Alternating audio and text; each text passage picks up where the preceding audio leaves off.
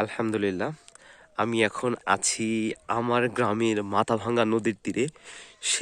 যেই নদীর সাথে আমার সম্পর্ক ওতপ্রোতভাবে জড়িত। মানে এই নদীর সাথে আমার সম্পর্ক বলে শেষ করা যাবে না। এখান থেকে ছোট থেকে বড় হয়েছি, সব কিছু এই নদীর সাথে।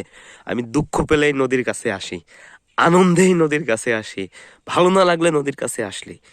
মানে আমার সব কিছুতেই এই নদীটা ওতপ্রোতভাবে জড়িত। আহ, মানে সেই নদীর তীরে আজকে 24শে ডিসেম্বর, এখন বাজে সকাল 8টা 11 মিনিট।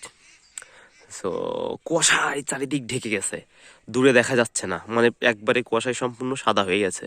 আমি যদি দেখি এখান থেকে ওই 300 বা 250 মিটার দূরে সাঁকো, ওই সাঁকোটাও ঠিকভাবে দেখা যাচ্ছে না কুয়াশায়। ওই একটা পিচ্চি দাঁড়ায় আছে আমার আঙুলের উপরে দেখা যাচ্ছে। পিচ্ছি না, একটা মানুষ দাঁড়ায় আছে, কিন্তু ওকেও ঠিকভাবে দেখা যাচ্ছে না আর কি। ঠিক আছে, তো কুয়াশায় চারিদিকে ঢাকা, নদীর দুই পারে গাছ। ওইটা মেহগুনি বাগান, এটা বাবলা বাগান, তারপরে এই যে বরজ, কলা গাছ সব দেখা যাচ্ছে। আর এই পাশে আছে এই যে ভেটুল বাগান বা ভেটুল গাছ, আতা গাছ, নিম গাছ, সজিনা গাছ। ঠিক আছে, এই পাশে আছে বাঁশ বাগান। মানে নদীর দুই পাশে তো গাছে ভরপুর।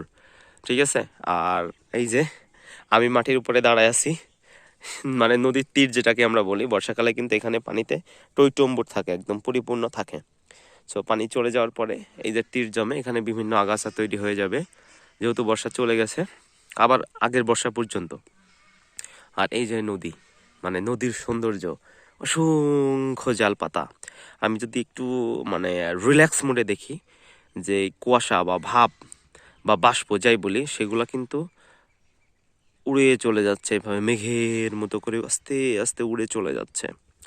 মানে ভয়ঙ্কর একটা সৌন্দর্য, প্রকৃতির যে সৌন্দর্য, মানে সেটা শীতের সৌন্দর্য বলি, গরমের সৌন্দর্য বলি, মাশাল্লাহ মাশাল্লাহ, নদীর ধারে ফার্স্ট ক্লাস, মানে উপভোগ করা যায়। সো ওই যে দূরে যদি দেখায়, ওই একটা জাল, ওই জালের উপরে একটা, মানে জালের বাঁশের উপরে একটা পানকড়ি আছে।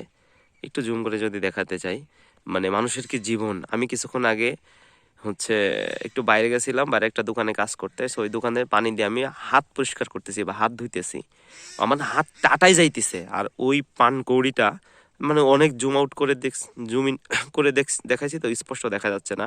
ওই পানকৌড়িটার জীবন হচ্ছে পানিতে। ও পানির ভিতর থেকে ওর খাবার সংগ্রহ করে ওর জীবিকা নির্বাহ করে। সো আসলে মানে নদীর তীরে মানুষের জীবনযাত্রার মানই অন্যরকম। আর অসম্ভব সুন্দর একটা প্লেসে দাঁড়ায় আছি, আমার প্রিয় মাথাভাঙ্গা নদীর তীরে। শীতের এই সময়টা উপভোগ করছি, মাশাল্লাহ। সচরাচর নদীতে ইদানিং গোসল করতেও কম আসা হয়, গোসল করতেও আসা হয় না। সকালবেলা মনে হলো না, যাই আজকে নদীর তীরে একটু ঘুরে আসি। এখানে দাঁড়ায় 1 কাপ চা খাইতে পারলে আরো ভালো লাগতো, আরো ভালো লাগতো। একা একা আসছি সকালবেলা, পোলাপান নিয়ে আসলে আর একটু ভালো লাগতো, গল্প গুজব আড্ডা দেওয়া যাইতো, আড্ডা করা যাইতো। ওকে, তো সবাইকে আমাদের নদীর সকালের একটা দৃশ্য দেখালাম। সবাই ভালো থাকবেন আর দোয়া করবেন। ওকে, আল্লাহ হাফেজ।